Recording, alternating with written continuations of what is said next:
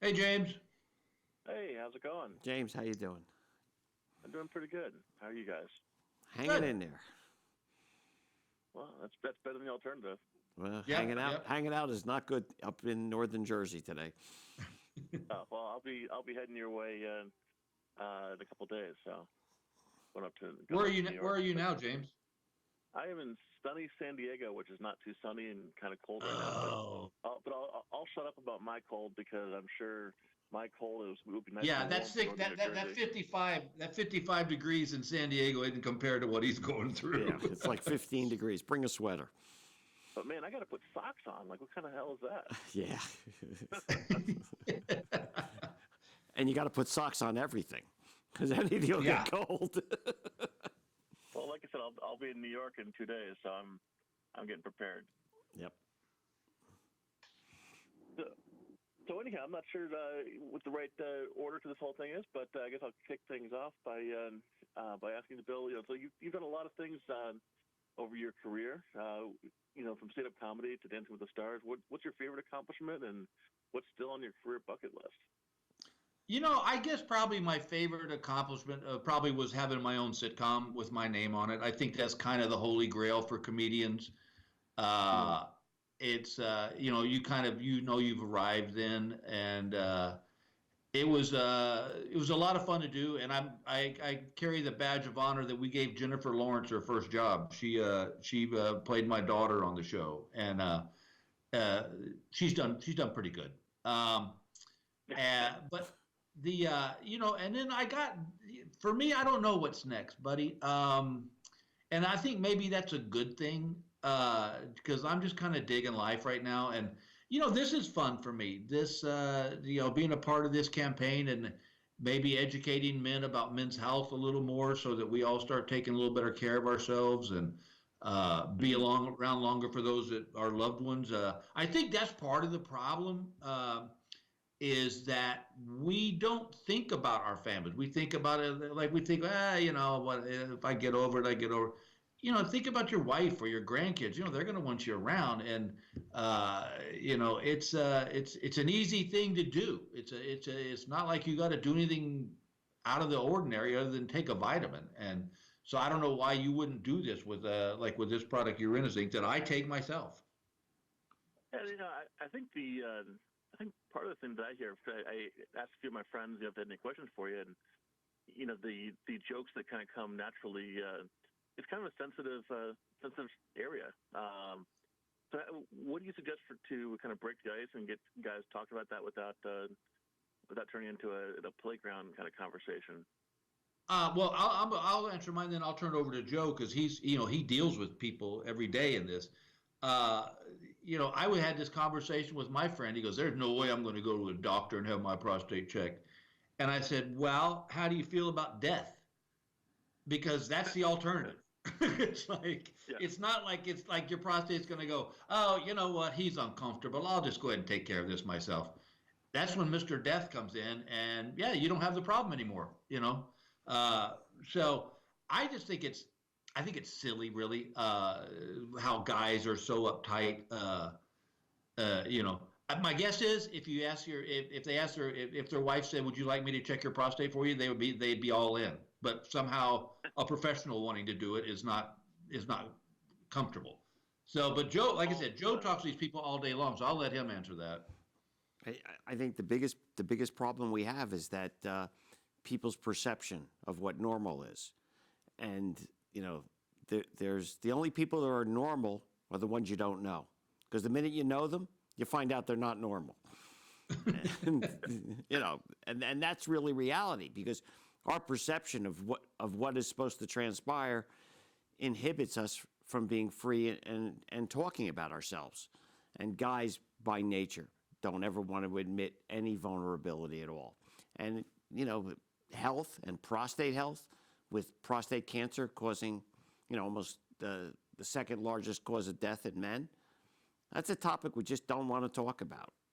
So Mhm. when you're in the urologist's office, um, it should be a light, airy discussion of what's going on. And, you as a patient possess all the information I need to make the diagnosis. The question is whether you share that information and whether I can get the information out of you in a format that I can digest it and help guide you to be the best you can be. You know, and that's really it in a nutshell. So what do you think is the number one thing that guys don't understand about their prostate and prostate health in general? I don't think they understand exactly what the prostate does. All they know is that, you know, if you go on the internet, it's a walnut-sized gland that's below the bladder, deep in the body.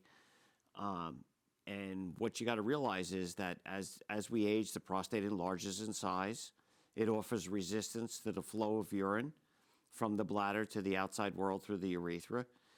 And the bladder has pressure limitations. And when the bladder cannot generate pressure and the prostate offers more resistance, the stream of urine slows down and you go more frequently. What they also don't understand is that the prostate's responsible for most of what we ejaculate when we have sexual encounters, 95%. And that's why when you have a vasectomy, you really don't notice any difference because only 5% comes from the testicles. So, you know, and an unhealthy prostate is an unhappy sex life. So that is something you just don't want to have. I'd agree with that one. So aside from not being able to pee as well, what are some of the warning signs that you know, maybe some of the younger guys would need to watch out for before they start getting kind of normal screening during their yearly physical? Well, in a young guy, FU, frequent urination, is probably one of the most early warning signs, because the way the prostate has its nerve supply, the information it tells the body is to go urinate, because that's all it knows to tell the brain. You know, time to urinate. We're irritated down here. That could be because of foods, because the diet we eat is heavily treated with salts, a lot of spices, caffeine and coffee is an irritant and a stimulant, and that irritates and stimulates the bladder. So all those things would transpire with frequent urination, FU. And a healthy prostate has a better chance of dealing with that. More importantly, the relationship with the doctor can then help guide you. Should medication be required? Should there be a problem developing in the prostate that could be life-threatening? At least you have that relationship going, and you're aware of what's going on. Gotcha. So, Bill, what motivated you to partner with? Is it Urinozinc? Is that how it's pronounced? Urinozinc, yeah.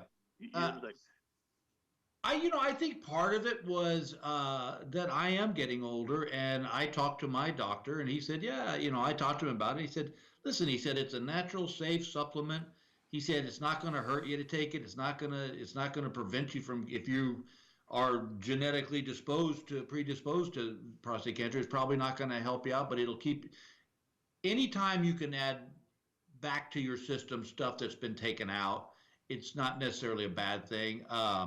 And I figured, you know what, I've been blessed with so much in my career and a great demographic of fans. And I try to find ways to give back to them. And if like I said earlier, if I can educate somebody about men's health that will help them live a longer life and hang out with their grandkids and their family more, then that's my job, to reach back and play it forward, as they say. Or, it's like, and it may not seem like a big deal. Like, when this first started, I thought, what can I do?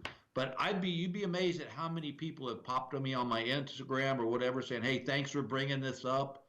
It's, and it's not, I say this not just to the men, but to the women. Nag your husband, get him to go, get your boyfriend. If you really, really love him, get him just get checked out. You get checked out, it takes 15 seconds. And they go, okay, you're good, I guess maybe with old age comes a little bit of knowledge, and I just feel like I was really dumb about this for a long time, and I don't want to be dumb about it anymore. I want, especially now I'm at that age. I'm in that age bracket, and that's a real, wake-up call. It's, like I said, if I told you I could give you a natural supplement that would help your heart stay healthy longer, you would take it without thinking about it. But I think when we get south of the belt, we kind of get all weird about it, and I'm just not weird about it anymore. Cool. Well, I'm glad that you're out there speaking about it, and then I really encourage other guys to pay attention and do what needs to get done as well. We're kind of bringing it back to a little bit more fun topic before we wrap up. Let's pretend that you are going on a epic guys weekend somewhere. What do you go? Where are you going, and who are you taking with you? Ooh, wow, Joe, that's a good question. Man, oh man, It's a guys' weekend. Glad they didn't ask me that one. You're gonna I answer hope it, you guys buddy. can answer that if you. You're hope you gonna, guys can an- answer yeah, that if you want. you're not laying me out on this. I think for me, my epic. All right, this would be if it was just a guys' weekend. This would be mine. We'd get up, we'd fly fish in the morning on a stream that's just overflowing with trout, and then we'd go play 18 holes of golf at a beautiful golf course.